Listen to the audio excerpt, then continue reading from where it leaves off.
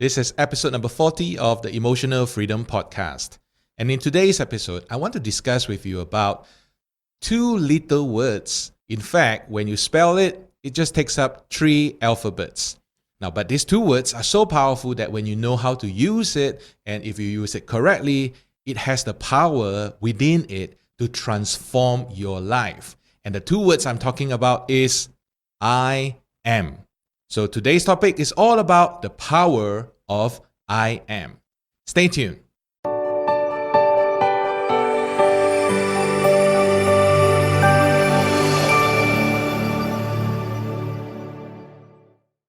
Hi, welcome back to this episode of the Emotional Freedom Podcast. I'm your host, Luke Bong. I'm an NLP trainer and also a clinical hypnotherapist.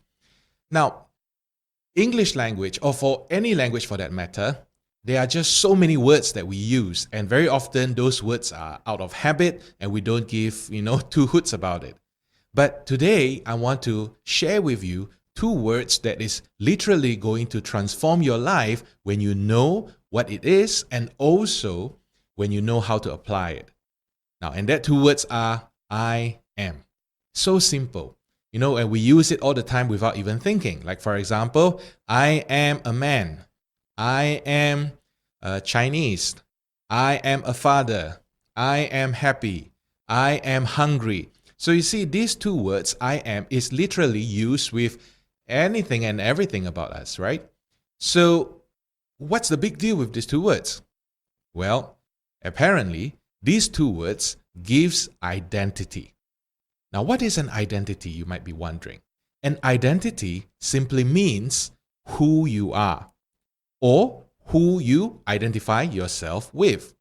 So, for example, if let's say you have an identity of I am happy. So, immediately, the images of maybe smiling, or maybe rocking your body, or maybe listening to music that you like, or just thoughts of good and happy thoughts. Now, on the other hand, if let's say I talk about I am depressed, then you know what? Basically, it will immediately conjure images of maybe slouching, no energy, no hope, or feeling as if down and defeated. You get the idea. So these 2 words, I am, is so powerful. And I am is actually used in order for you to create a sense of identity that you have. In other words, we talk about what is the story of your life. You see, every one of us, we have a story. And the thing is, the story is not entirely based on reality. Now, before you start to think, Luke has gone crazy already, let me explain this to you. You see, what is reality? Reality is very often separated from the real thing. Now, reality is what you choose to believe it is. Let me give you a quick example. I remember that when I was very much younger, there was a time whereby I actually felt like I was fat. Okay, I actually felt I was fat, I was out of shape, and I looked really, really miserable.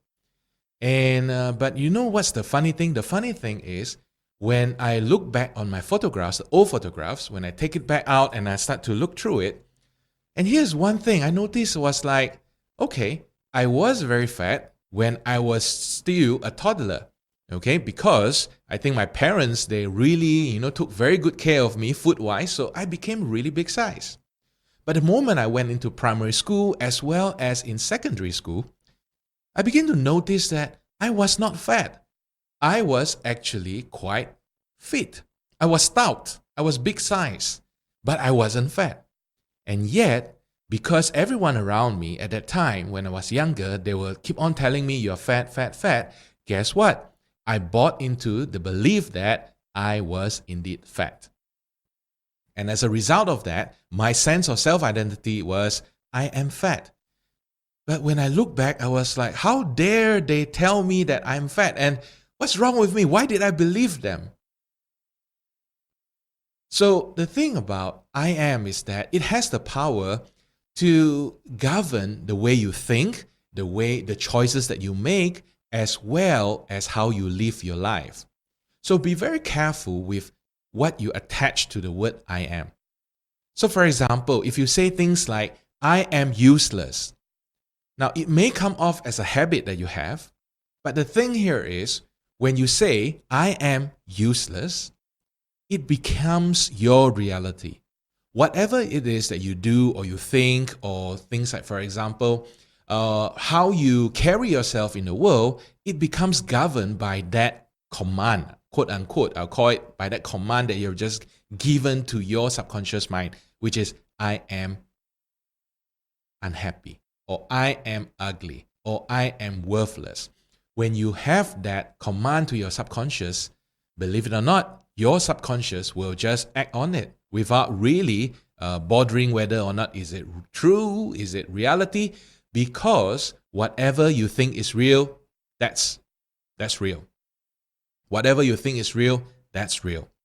And that's a funny way of how the human mind works. See, there are some fundamental truths, universal truths, like for example, the sun rises in the east and then sets in the west side.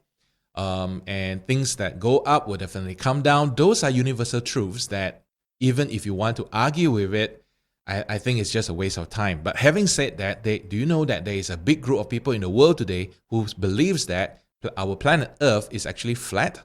Okay, they will argue with you whole day long why it's all conspiracy to cheat the whole world that the Earth is actually a sphere, but actually it's in reality it's flat. Now, I'm not asking you to go and argue with those, because it's like, so what's the big deal if the Earth is flat or is square or is triangle or is rectangle or is cylindrical? Who cares? Okay, it's like that. But what I'm more interested in is, what is the story that you tell yourself about yourself? Now, we all have gone through highs and lows in our lives. And sometimes when we are going through the low, it is very easy for us to forget that we too have had a period of high before.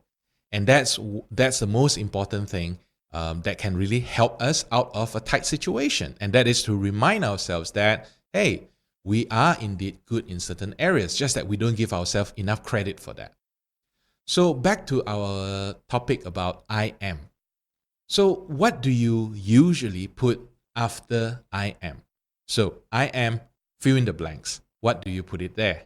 So for example, if you say, I am unhappy, I am a failure, or I am a good for nothing. Well, those are probably thoughts that have been put into your mind by other people. You may have forgotten who they are. You may have also forgotten when did that happen. I want to share with you a story that happened when I was just 7 years old, when I was in primary 1.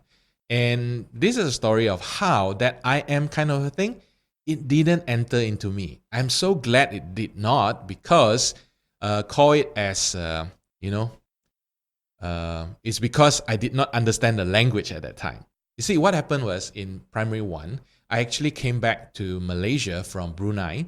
And in Brunei, they go to school earlier. So we start primary 1 at 6 years old. But here in Malaysia, we started at 7 years old.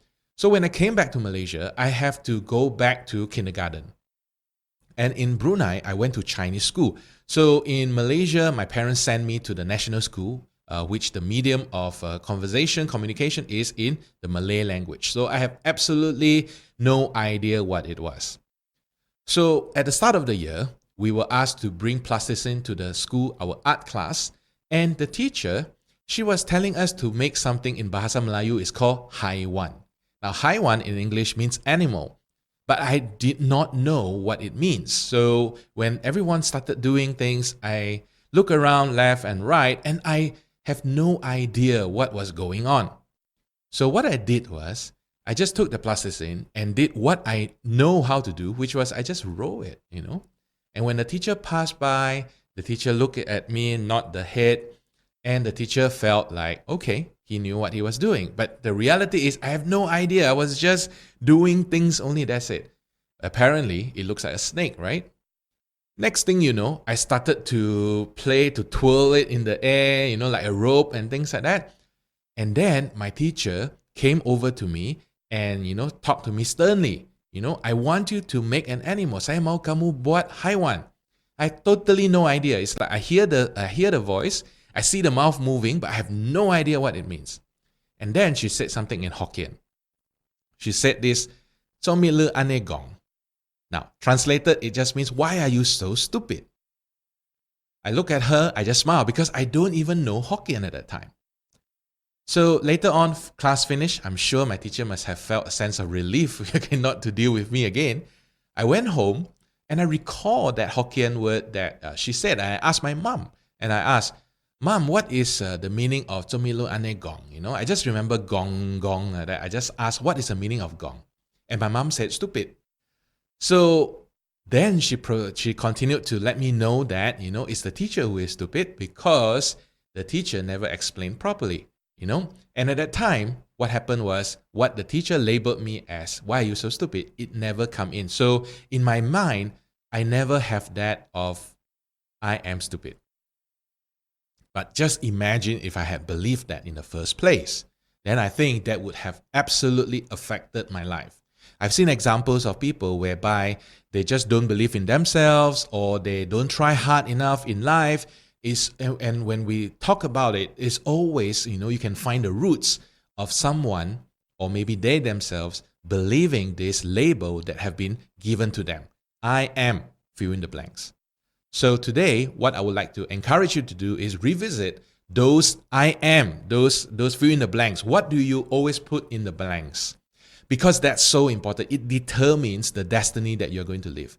And if you want to change your destiny, if you want to change the outcome of your life, then I humbly suggest that you go back and you revisit I am and fill in the blanks and choose the right one that you want for your life.